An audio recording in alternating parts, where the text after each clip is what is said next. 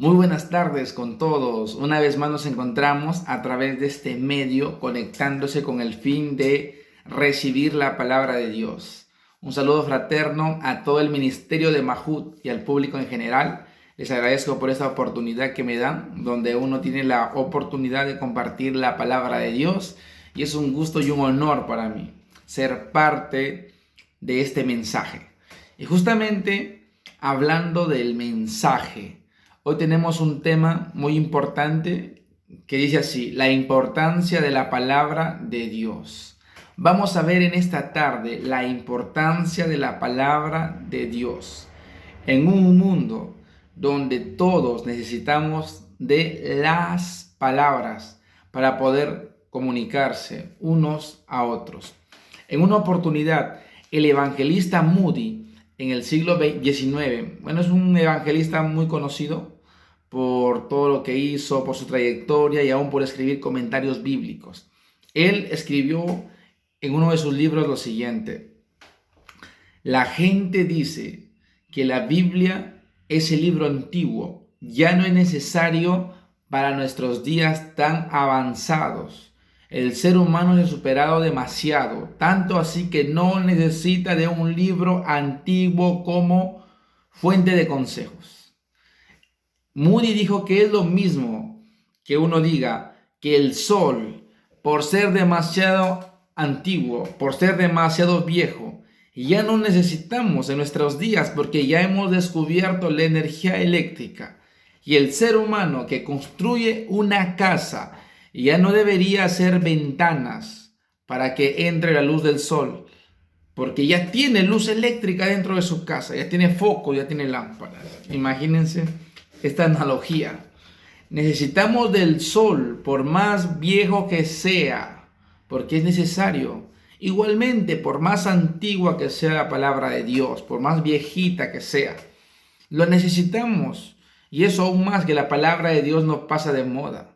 Bien escribió el escritor de Hebreos en Hebreos 4:12, donde dice: la palabra de Dios es viva y eficaz. Jesucristo mismo vive en su palabra. Es más cortante que una espada de doble filo, que penetra hasta partir el alma y el espíritu, las coyunturas y los tuétanos, y discierne los pensamientos y las intenciones del corazón. La palabra de Dios se encuentra a nuestro alcance en una Biblia. Y la Biblia es el único registro donde se encuentra la palabra de Dios. El mensaje de Dios es una autoridad tan grande porque la Biblia es el único libro donde tú y yo y los demás van a encontrar la palabra de Dios. Y yo sé que la palabra de Dios es muy importante en muchos aspectos, en muchos temas, pero hoy voy a enfatizar 3 puntos claros. Como joven, sé que me estoy dirigiendo también a adolescentes. En el primer punto, la importancia de la palabra de Dios. Uno, para aconsejar. Vamos a ser conscientes y a ser sinceros de que nunca siempre tenemos la razón. Muchas veces en nuestra adolescencia creemos saber más que los padres, queremos saber más que los amigos. Y lo digo en la adolescencia no porque me considero adolescente, sino porque sé que me estoy dirigiendo adolescente. En nuestra juventud igual, creemos siempre tener la razón y que los demás se equivocan y menos nosotros. Tenemos el espíritu del fariseo muchas veces, ¿no? Todos necesitan cambiar, menos tú. Entonces, tenemos que entender algo muy importante. Si vemos en el libro de Proverbios 5:1, la palabra del Señor dice así: hijo mío, está atento a mi sabiduría y a mi inteligencia inclina tu oído. Imagínese tener a la Biblia por consejero, es tener a Dios por consejero.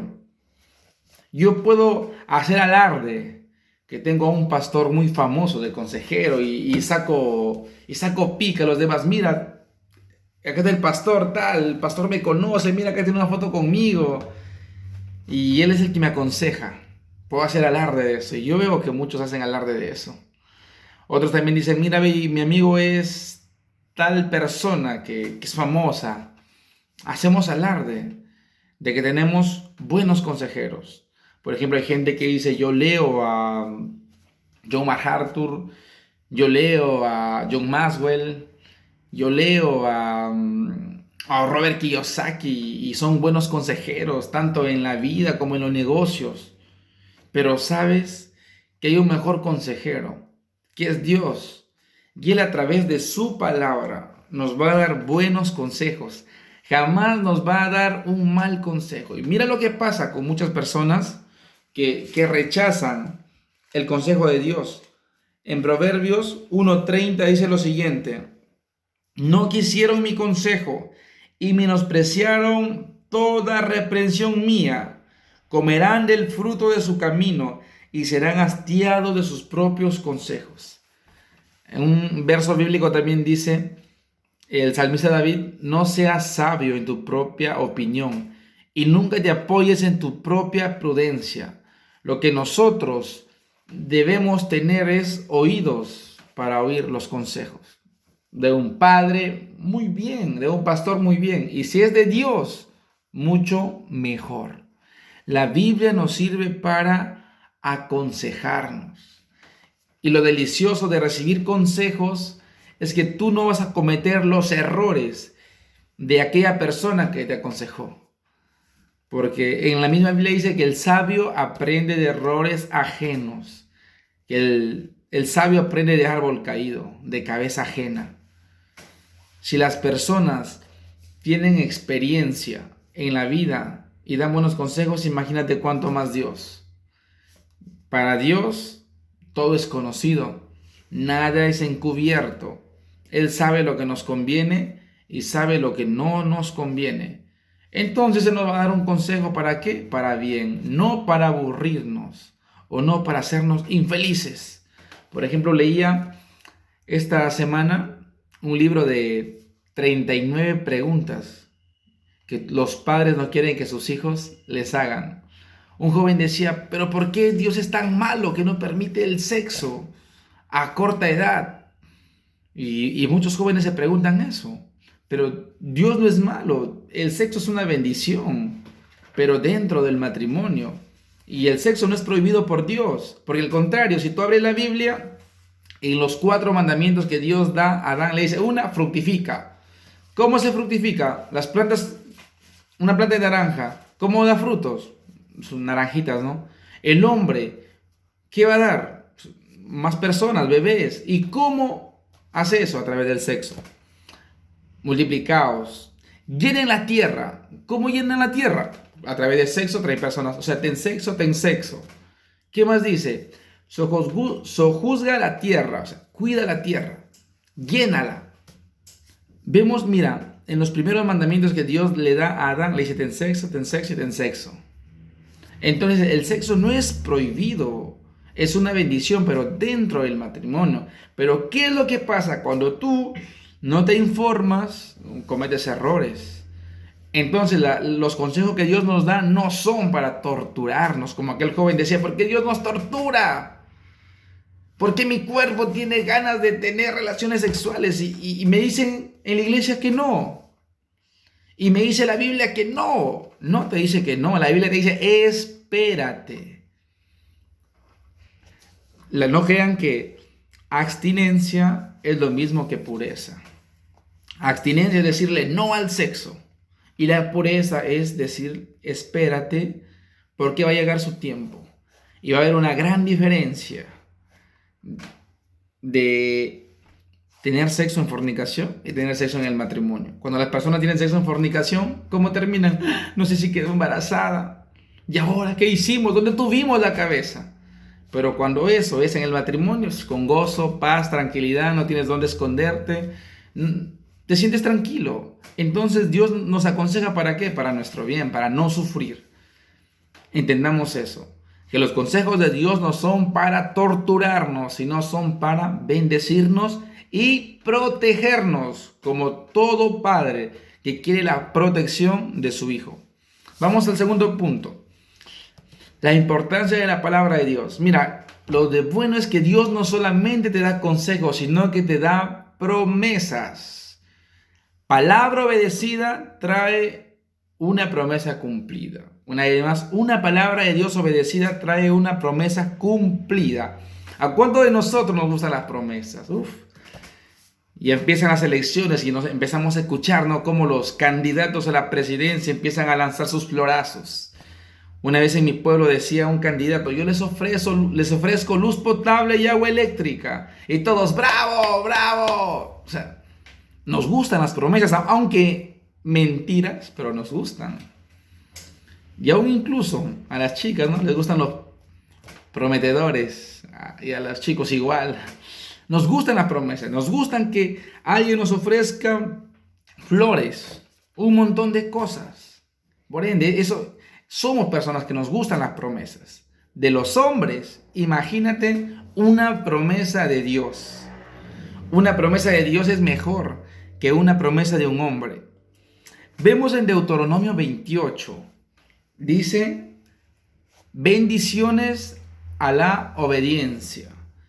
Toda obediencia que tú hagas a los mandamientos de Dios trae una bendición enorme, trae una promesa. En la Biblia hay múltiples promesas de Dios. Una de las más hermosas es la promesa de la salvación, es la promesa del perdón que uno recibe cuando tiene la fe en Jesús. Esa es una promesa maravillosa, que tan solamente con pedir perdón a Dios, mis pecados son perdonados, todo mi ser es transformado y tengo entrada al cielo. Es una de las mejores promesas que Dios ofrece en su palabra. Hay promesas para los que se esfuerzan. Hay promesas para los que son valientes. Por ejemplo, una de las promesas de Josué 1:8 dice: no se apartará de tu boca, de tu Facebook, este libro de la ley, sino que meditarás en él de día y de noche, y harás guardar todo lo que en él está escrito. Y entonces, ¿qué es la consecuencia de esta bendición? Y entonces harás prosperar tu camino, y todo lo que tú hagas te saldrá bien. Hay mucha gente que se queja: ay, pero todo me sale mal. Date cuenta. ¿Por qué muchas veces todo te sale mal? Estás guardando, estás cumpliendo, estás obedeciendo, acatando las órdenes de Dios. Muchas veces no. Por eso es que muchas veces nos va mal. En oportunidades te va a ir mal, pero va a ser una prueba de Dios. No va a ser eterno, va a ser temporal. Para que pases de primer grado a segundo grado tienes que pasar por un examen. El que no da examen, lastimosamente, no va a pasar de grado. Los exámenes son las pruebas que Dios pone a todos los cristianos que van a crecer y madurar y ser usados para un ministerio o un servicio en cualquier área determinada que Dios te llame. Entonces vemos que cada palabra obedecida trae una promesa cumplida. La promesa más hermosa, la vuelvo a repetir, es la que Dios nos promete, que vamos a estar un día con Él en el reino de los cielos. Imagínate, ahí vamos a pedir un autógrafo a Dios personalmente. Señor, un autógrafo.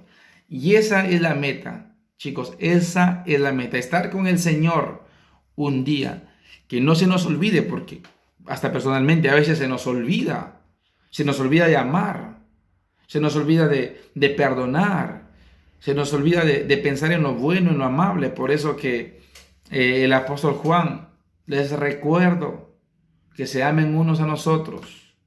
O sea, nos recordaba. ¿Por qué? Porque se nos olvidaba. No se cansen de amar. ¿Por qué? Porque se cansan. No te canses de hacer el bien. ¿Por qué? Porque uno se cansa. O sea, los apóstoles no van a redundar con las palabras en los escritos. Ellos lo dicen porque uno se cansa. Tercer punto: ¿por qué es importante la palabra de Dios? Ya estoy siendo sumamente breve para no cansarles también. Para librarnos del mal. David fue muy claro en el Salmo 119, 105, diciendo: Señor, tu palabra es lámpara a mis pies. Es una lámpara, es algo que tiene luz. Lumbrera mi camino, una luna en la noche, en tu caminar. ¿Qué impide eso? Eso impide que tú tropieces. Lámpara a mi camino es tu palabra. Miren tal consideración de la palabra del Señor que evita que yo tropiece. Me libra del mal, me libra de las tinieblas. Maldad es sinónimo de tinieblas, bíblicamente. Vemos entonces que la palabra nos quiere librar de todo lo malo. Nos quiere librar de lo que nos hace daño, de lo que nos perjudica, de lo que nos entristece. Porque muchas veces tenemos los sentimientos tan frágiles que cualquier persona se puede dejar engañar por lo que el mundo le ofrece. Los jóvenes, en el trabajo, en el estudio, somos conscientes de que vemos las prácticas de otras personas que a Dios le desagradan y somos tentados a aquello. Recibimos invitaciones, ¿no? Invitaciones que van en contra de nuestra fe, que ahí es donde uno tiene que agarrarse de aquella palabra. Señor, ¿qué dices tú de lo que quiero hacer? ¿Está bien lo que quiero hacer? ¿O está mal lo que yo quiero hacer? Siempre hacerse esa pregunta, porque la palabra de Dios no solamente es para leerla, también es para aplicarla. La palabra de Dios, cuando tú lo pones en práctica, vas a ser librado del mal, porque de nada me serviría yo escuchar, llenarme de la palabra y luego no obedecerla. O sea, no me libraría del mal. Como decía hace unos minutos, que la palabra obedecida trae una promesa cumplida. En este caso, la palabra obedecida me libra del mal. Y no solamente del mal temporal que vamos a vivir en el mundo, sino nos libra también de la condenación. Eso es algo maravilloso. ¿Con qué Dios creó el mundo? Con su palabra. ¿Qué es lo que tenemos aquí en nuestras manos? La palabra de Dios. ¿Cuál es el mensaje o cuál es el motivo de que Dios haya escrito o haya permitido que su palabra esté en nuestras manos? El motivo es de que el hombre sea salvo, de que tú y yo seamos salvos. ¿Salvos de qué? De la condenación que arrastra a la mayoría de personas, de la condenación que está en este momento acabando con aquellas personas que le dieron la espalda a Dios. Dios nos quiere librar de todo aquello. Y es tan bueno que nos escribió una carta de amor. La Biblia es una carta de amor. ¿A quién no le gusta la carta de amor? Yo sé que muchos se sonríen ahí. ¿Por qué? Porque cuando les llega una cartita de amor, ¿cómo se ponen? Todos rojos, todos emocionales, ¿no? A cualquiera, hasta a mí me gustaría una carta de amor. Me gusta, diría.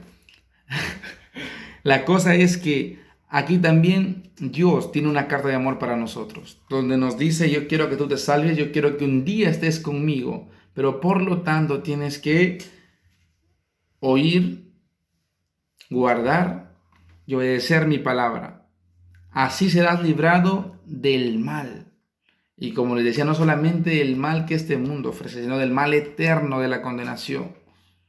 Sabemos, chicos, que las personas, para hablar, necesitamos las palabras. Yo sin palabras en este momento, ¿cómo me comunicaría con ustedes? Así. Las palabras del hombre son tan necesarias en nuestras vidas e importantes. Imagínate cuánto más importante es la palabra de Dios. Si la palabra de nosotros, los humanos, es importante, cuánto más importante es la palabra de Dios. Hermanos, es importante la palabra de Dios. ¿Dónde la encuentro? En la Biblia. Vamos a ver una escena muy importante donde Pedro había amanecido a pescar, había madrugado a pescar. En aquel esfuerzo lo único que tenía era la barca y sus fuerzas. Se encontraba en alta mar junto a sus compañeros, pescando toda la madrugada y no encontraron nada. Estaba cansado, estaba angustiado. Él tenía una suegra. Si tenía una suegra, porque tenía esposa. Si tenía esposa, porque tenía hijos. No lo va a tener a la esposa de adorno cuando la orden de Dios es que se multipliquen. Entonces, Pedro tenía un hogar que mantener. Pedro tenía una suegra que alimentar. Pedro tenía que conseguir dinero para conseguir alimento. Pedro tenía una carga. Pedro tenía que solventar gastos económicos. Pero estaba chihuán. Estaba sin plata. Estaba en bancarrota. Estaba en la quiebra.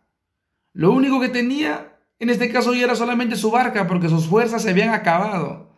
Ya era de día y no había pescado nada. Nada.